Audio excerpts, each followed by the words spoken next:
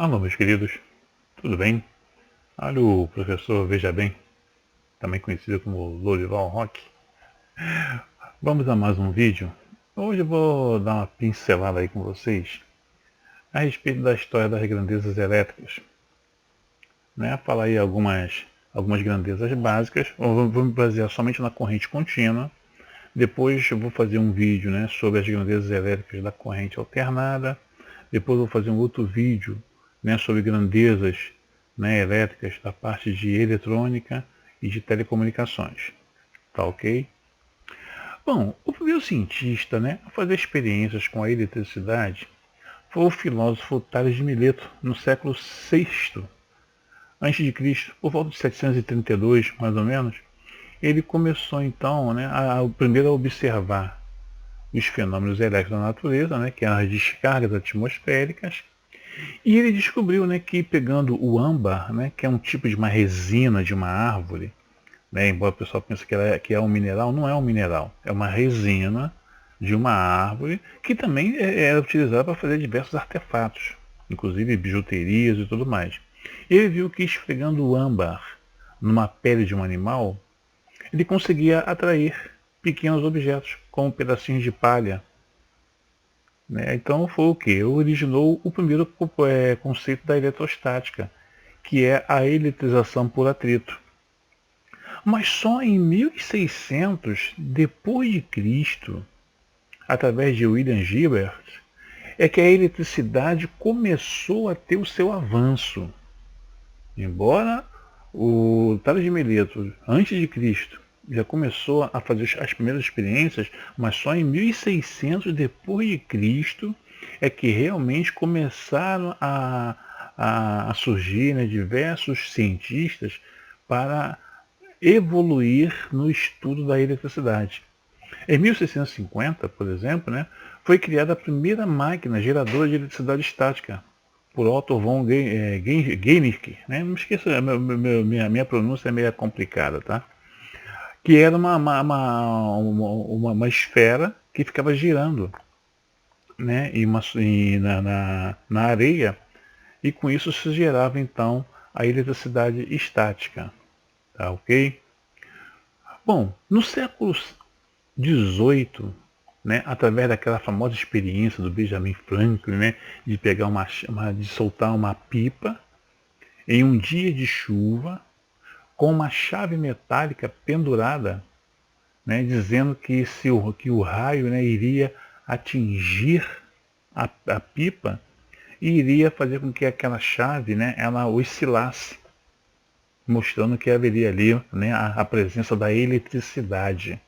Hoje em dia essa experiência ela é reproduzida nos Estados Unidos, mas utilizando um pequeno foguete com um fio metálico direcionando a uma nuvem bem carregada para poder atrair o raio, para estudar os efeitos do raio nas linhas de transmissão. Tá ok? Bom, foi um professor de anatomia chamado Luiz Galvani que conseguiu fazer tremer as pernas de rãs, ele era um professor de anatomia, ele estava dissecando as rãs e ele viu o seguinte, que quando ele deu uma descarga elétrica em uma rã, ela começou a se tremer. Então ele achou que com aquilo estava demonstrando que tinha eletricidade no corpo da da rã. Inclusive foi ele que denominou a denominação de carga positiva, carga negativa, mas só que ele entendia muito bem a fundo. Aí, então em 1800, o Alessandro Volta, tá? Ele conseguiu explicar esse fenômeno do que o Luiz Galvani isso descobriu.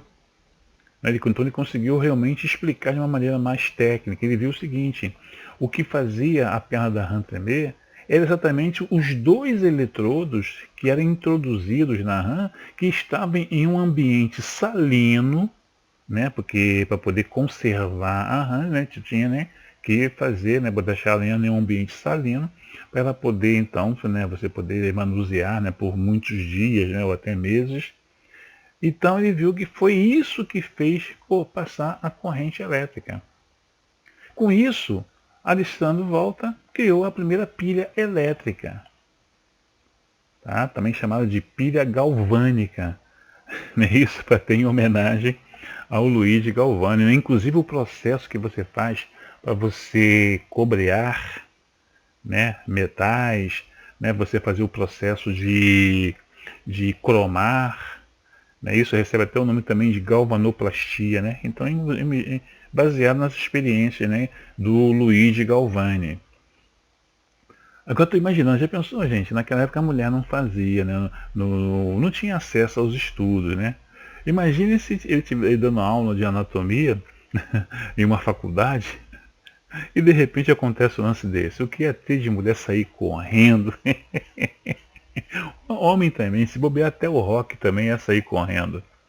Bom, vamos conhecer aqui apenas algumas grandezas elétricas. Como eu falei, né, nesse vídeo eu vou falar somente algumas, mais voltadas para a corrente contínua.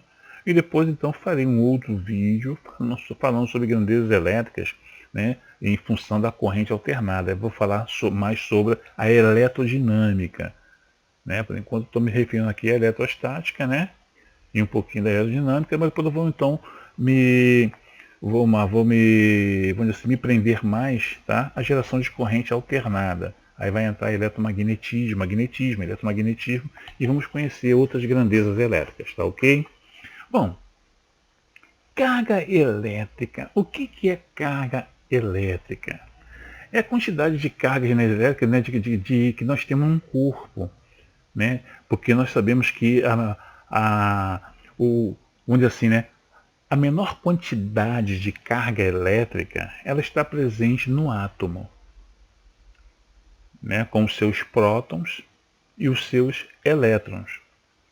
Então nós dizemos então que a quantidade então que nós vamos ter de cargas elétricas em um corpo, nós chamamos isso de carga elétrica. A unidade de carga elétrica é o Coulomb. Existe uma outra grandeza elétrica chamada tensão elétrica. O que é tensão elétrica? É a quantidade de energia que é necessária para transportar uma carga elétrica de um ponto ao outro. Ela também pode ser chamada de DDP, diferença de potencial. A unidade de tensão elétrica é o volt. Agora, gente, o nome é tensão elétrica, não é voltagem. Muita gente usa esse termo voltagem. Isso é um termo muito, vamos dizer assim, muito chulo. Tá? Isso aí é para quem não é da área técnica. Então tenta, vamos dizer assim, expressar essa grandeza como se fosse, né, falar assim, é a voltagem que nós temos. Não, não é a voltagem. Tá? É tensão elétrica. Tá ok? Outra grandeza elétrica que nós temos é a corrente elétrica.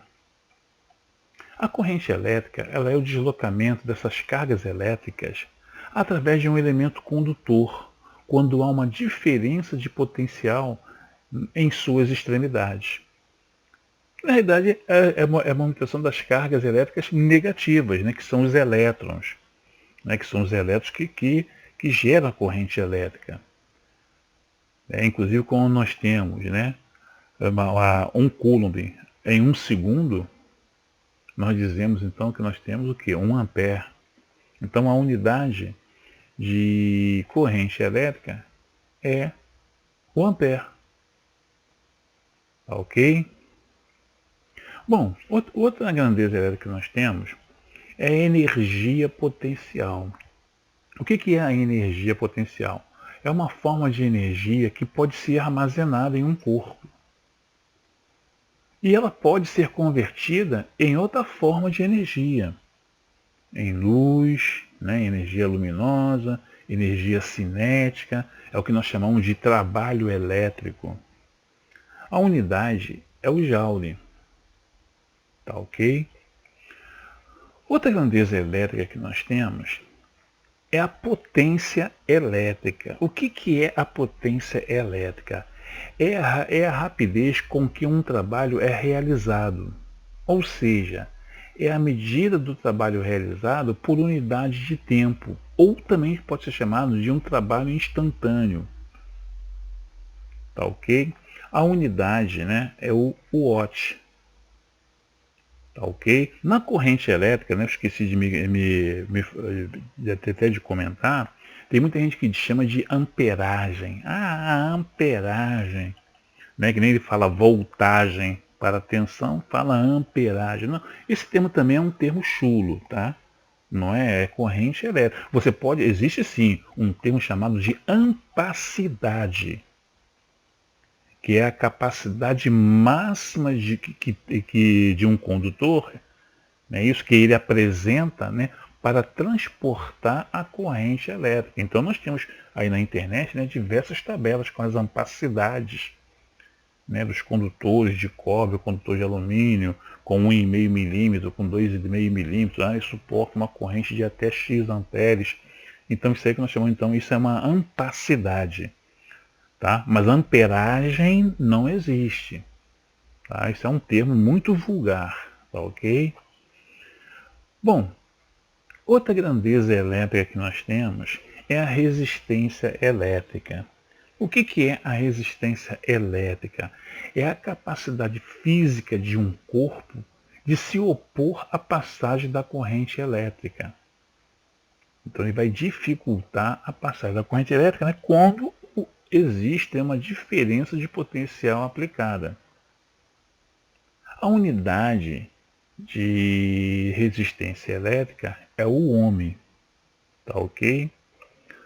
Bom, outra grandeza elétrica que nós temos é a resistividade, que também ela é conhecida como resistência elétrica específica. Né? Da mesma forma que existe massa específica, peso específico, calor específico, existe uma resistência elétrica específica também.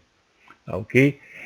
E é medida, né, é uma medida da oposição de um material ao fluxo da corrente elétrica. Então, toda a resistência apresenta uma resistividade específica. Tá ok? Mais facilmente o material, então, quanto mais baixa for a resistividade, entendeu? Mais fácil, né, vai ser mais facilmente nesse material vai permitir a passagem da corrente elétrica. A unidade é o ohmmetro, né? O ohmmetro. Isso quando está em trabalho no SI. Todas essas grandezas eu estou me referindo ao SI, tá? Ao Sistema Internacional de Medidas. Tá? É o MKS.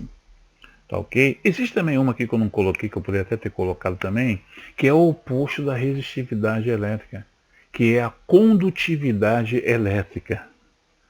A condutividade elétrica já é o que? A facilidade, já seria, né, uma facilidade que o material apresenta em deixar passar a corrente elétrica.